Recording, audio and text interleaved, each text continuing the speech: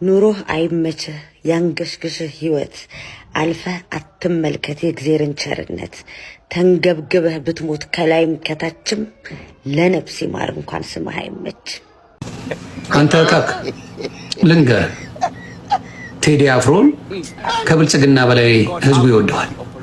በቃ ከተለ ከብልጽግና መሪ በላይ ቴዲ አፍሮ ብዙ ሰው ይወደዋል፣ ብዙ ሰው ይከተላል። 4 ነጥብ። ወንበር ላይ መቀመጥ ብቻ ትልቅ ሰው አረግ። ወንበር ስላለ የወንበር ጉዳይ ተሳ ወንበር ላይ ሳይቀመጡ የነገሱ ሰዎች አሉ።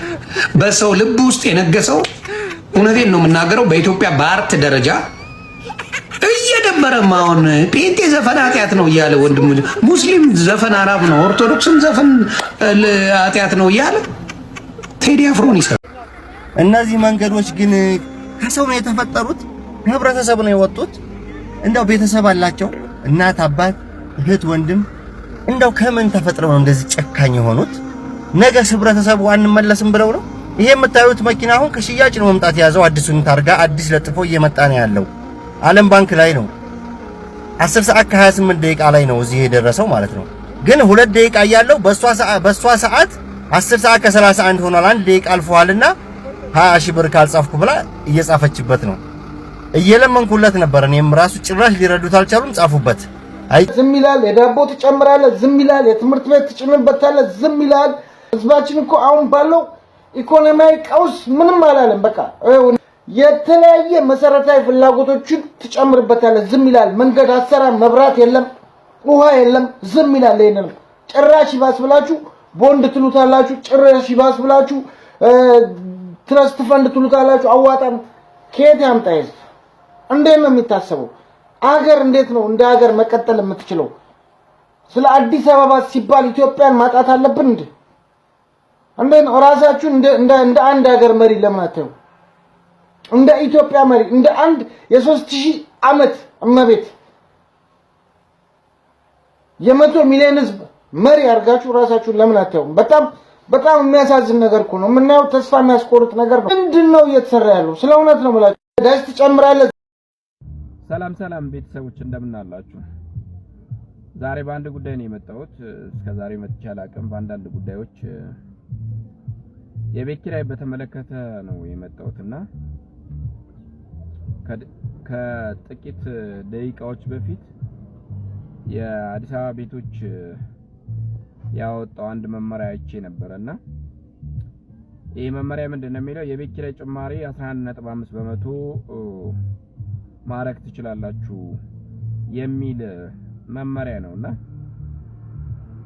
11.5% ማለት ምን ማለት ነው ከተባለ ለምሳሌ እኔ ያለውበት ባለ 3 መኝታ 14000 ብር የሚከራየው እስካሁን ድረስ ከፍለ የነበረው። ስለዚህ 11.5% ማለት 1610 ብር ጭማሪ ያሳይቶ በ15610 ብር ውል ማደስ ትችላላችሁ ይላል።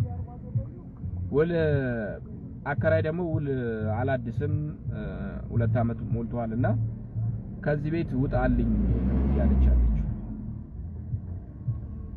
እርግጥ ነው ውሉ አልቋል። ቤት እየፈለኩ ነው። ቤታውን ያለበት ሁኔታ ደግሞ በጣም የተጋነነ ጭማሪ እያሳየ ነው። ምክንያቱ አልገባኝም። ግን ደግሞ አሁን እየተባለ ያለው ጭማሪ ለአከራይ አይጠቅምም፣ ለተከራይም አይጠቅምም እውነት ለመናገር። ስለዚህ መንግስት ከዚህ ነገር ላይ እጁን ቢያነሳ የተሻለ ነው ብዬ ነው የማስበው። ምክንያቱም የአህያ ባል ከጅብ ስለማያስጥል። ይሄንን ያልኩበት ምክንያት ምንድነው? እንደ ተከራይ ነኝ። እስከዛሬ 9 አመት በኪራይ ቆይቻለሁ። ደግ የሚባሉ አከራዮች ነበሩ። አንድ ደግሞ ክፉ የሚባሉ አከራዮችም አሉ። ክፍለ ከተማ 3 ጊዜ ተከስሼ ሄጃለሁ። አልከፈለኝም የሚል ተልካሻ ምክንያት ማለት ያለ ማስረጃ። ይሄ ማስረጃ ልክ አይደለም ከፍያለሁ ብዬ ማስረጃ እየቀረብኩኝ በግልጽ የነገሩኝ በቃ ውጣልን ነው የሚሉት። ባለ 3 መኝታ ነው የምኖርበት እና ሌላ ቤት እየፈለኩኝ አሁን ያለበት ሁኔታ ለማመን ይከብዳል። እንደምታዩት ስራ የለም። ረጅም ሰዓት ቆሜያለሁ። 35,000 እና 40,000 ብር እየተባለ ነው ባለ 3 መኝታ። ባለ 2 መኝታ አሁን 49 35,000 ብር አሉኝ። በጣም ከባድ ነው። ማንስ ነው ያንን አፎርድ አድርጎ የሚከፍለው የሚለውን ለከፋዩ ልተውና ላሌለን ግን መንግስት አንድ ውለታ ይዋልልን። እኔ ሴትዬን ያከራየችኝ የምለምናት 10,000 ብር ልጨምርና በ24,000 ብር ልቀጥል እያልኩኝ 15,610 ብሩ ይቀር በ24,000 ብር በተስማማሁት መንግስት ያዋውለን። ሴትዬ ከተስማማች ማለት ነው። ስለዚህ መንግስት እያደረገ ያለው እኛም እንዳንኖር ነው እያደረገ ያለው እንጂ ከተከራይ ጎን ሆኖ አይደለም። ለአከራይም ጠቅሞ አይደለም። አሁን ነገሮች ተጋነዋል። 2 አመት ሙሉ ጭማሪ አልነበረም። በጣም ኑሮ ተወዷል፣ ተሰቅሏል። ስለዚህ አከራይም መብት አለው፣ ይገባናል። ግን በዚህ ልክ ልንጨካከል የቻልንበት አንዱና ዋነኛው ምክንያት መንግስት እጁን ጣልቃ ውስጥ ስለገባ ነው። የመንግስት ሚና መሆን ያለበት ግብሩን መሰብሰብ ነው እንጂ እና ውል ማዋዋል ነው እንጂ የጭማሪ ላይ ውሳኔ ባይሰጥ ባይ ነኝ እኔ። ምክንያቱም በዚህ 1 ወር ጊዜ ውስጥ የቤት ኪራይ ጭማሪ የሚገርም ነው። ለዚህ ማጣቀሻ ማድረግ የምፈልገው ምንድነው? እርግጥ ነው ቤት ፈልጌ አጥቻለሁ። አሉ ቤቶች 10,000 12,000 ሲከራዩ የነበሩ ቤቶች ዛሬ 35,000 ብር እየተባሉ የኔም የምታከራየኝ ስታስወጣኝ 35,000 እና 40,000 ብር እንደምታከራየው እርግጠኛ ነች። መንግስት ደግሞ ነባሩ ውል የሚለው ስለሚታወቅ ጭማሪ አልቀበልም እያለ ነው።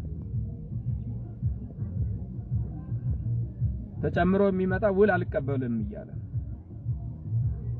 ስለዚህ ለሌባ በር ይከፍታል ማለት ነው። ቤት የቸገረው 35,000 ብር እሺ ብሎ ይገባል። ውሉ መሆን በመንግስት በኩል የሚሆነው ውል ቀደም ሲል ሲከፈል የነበረው ገንዘብና አሁን መንግስት ጨምር ያለው 11.5% ያለው ሆኖ በዛ ውል ነው የሚቀጥለው። ቀሪው ክፍያስ ከተባለ በጓሮ በኩል ነው የሚሆነው ማለት ነው። አንደኛ እንደ ተከራይ ቸግሮት የሚገባ ሰው አለ፣ ግን ይቀጥላል ባይ አይደለም። ለአከራዮችም እየተናገርኩ ያለሁት 35,000 እና 40,000 ብር አሁን ከፍሎ የሚገቡ ሰዎች ከ6 ወር በላይ እንደማይቀጥሉ እርግጠኛ ሆኜ እናገራለሁ። ምክንያቱም የትኛውም የመንግስት ሰራተኛ የትኛውም የግል መስሪያ ቤት ሰራተኛ የተጣራ 40,000 እና 50,000 ብር ተከፋይ አይደለም። የግል ስራ ያላቸውም ቢሆኑ የተጣራ ይሄንን አያገኙም። ምክንያቱም ይበላሉ፣ ይጠጣሉ፣ ልጆች ትምህርት ቤት ያስተምራሉ፣ ኑሮ ይኖራሉ። ስለዚህ የወር ወጪያቸው ከ100 እና 150,000 ብር በላይ ሆነ ማለት ከባድ ነው የሚሆነው። እባካችሁ እየለመንኩ ያለሁት መንግስትንም አከራይንም መንግስት ከዚህ አይነት ነገር ውስጥ እጁን ቢያወጣ እና እኛ በተዋዋል ነው በተስማማ ነው መሰረት ውል ቢያዋውልና ከዛ የኪራይ ገቢ ግብር ቢያገኝ የተሻለ ይሆናል። እኛም በአከራዩና በተከራዩ ጋራ ሆድና ጀርባ ሳንሆን ተስማምተን እንደ ወቅቱ እንደ ገበያው እየጨመርን እንሄዳለን።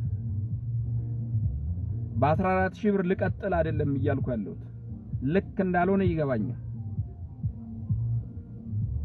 እኔም እጨምራለሁ 10000 ብር እጨምራለሁ 12000 ብር እጨምራለሁ 26000 ብር አርገዋለሁ።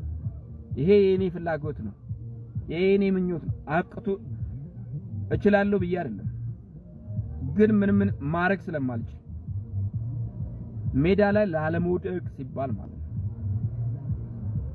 እንጂ ያንን የሚያስችል ጉዳይ ኖሮ የተሻለ አግኝቼ አይደለም። ተሻለማ ባገኝ ቤት በገዛው ነበር። ስለዚህ እባካችሁ አከራዮችም በአንድ ጊዜ እጥፍ ያረጋችሁትን ጭማሪ ሰከን ብላችሁ ይዩት። ስፔሻሊ አሁን ያላችሁት እዚህ ብዙ ቦታ አብዛኛው ቦታ እንደዚህ አይነት ነገር ስለሚታይ እባካችሁ ሰከን በሉ። የእናንተ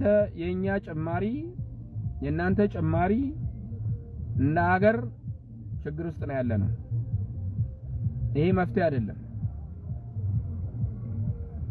መፍትሄ የሚሆነው እንደማመጥ እቺን ጊዜ እንለፈው።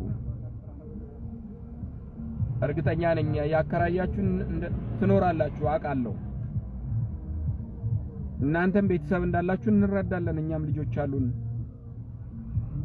ግድ ባይሆን ኖሮ እናንተ ቤት ውስጥ ለሰከንድም አንቀመጥም ነበር። ምርጫ ስላሌለን ነው ተከራይ ሆነን ያለነው። ከፍ ዝቅ የምታረጉን እንዳላችሁ አውቃለሁ። እና እባካችሁ መንግስት አከራይ ይሄን ጉዳይ አጢኑበት። አመሰግናለሁ። ሰበር ተቋሚ የነበሩትን የደሳለኝ ጫኔን ስም 3 ጊዜ በመጥራት ጠቅላይ ሚኒስትር ዶክተር አብይ አህመድ ያቀረቡት ያልተለመደ ውዳሴ የፖለቲካውን መልክ ቀይሮታል። እስኪ ቪዲዮን ተመልከቱት። በነገራችን ላይ ዶክተር ደሳለኝ ጫኔ ዛሬ ጥያቄ ንግግር ሲያደርጉ በጣም ደስ ያለኝ ነገር ምን ያክል መደመርን እንደበሉት ነው። እውነቴን ነው። በጣም ደስ ያለኝ ስለ ሚዛናዊነት፣ ስለ ክልል ኢምፓወርመንት እና ስለ ሀገር ዩኒቲ ኮሪደር ላይ ብቻ ሳይሆን ዳይቨርሲፋይድ ኢኮኖሚ ለመገንባት በጣም ትላልቅ ቁም ነገሮች አንስተዋል። ሙሉ በሙሉ የመደመር መንግስት ሐሳቢዎች ማለት ነው። ይሄ በነበረን ቆይታ አንዱ ከአንዱ ሐሳብ ተወራርሷል ማለት ነው። ሐሳባቸው ሲሰነዝሩ ኮሪደር ብቻ መሆን የለበትም ማዳበሪያ ፋብሪካም አሉ፣ መሆን የለበትም ግድብም አሉ። ለዚህ አቋማችን በብዙ ጉዳይ እየተቀራረበ ስለመጣ ቪዲዮውን እንዳያችሁት ነው። ሐሳብ አስተያየታችሁን ኮሜንት ላይ አስቀምጡልኝ። ቴዎድሮስ ኒውስ ነኝ። በአዲስ አበባ ከተማ ፒያሳ አካባቢ የሚገኙና እድሜያቸው ከ70 እስከ 100 ዓመት የሚጠጉ በቅርስነት የተመዘገቡ ህንፃዎች መፍረሳቸው ተሰማ። የፌዴራል የቅርስ ጥናትና ጥበቃ ባለስልጣን በበኩሉ ሲኒማ ኢምፓየርን ጨምሮ የፈረሱት ህንፃዎች የቅርስ መመዘኛ መስፈርቶችን የሚያሟሉ አይደሉም ብሏል።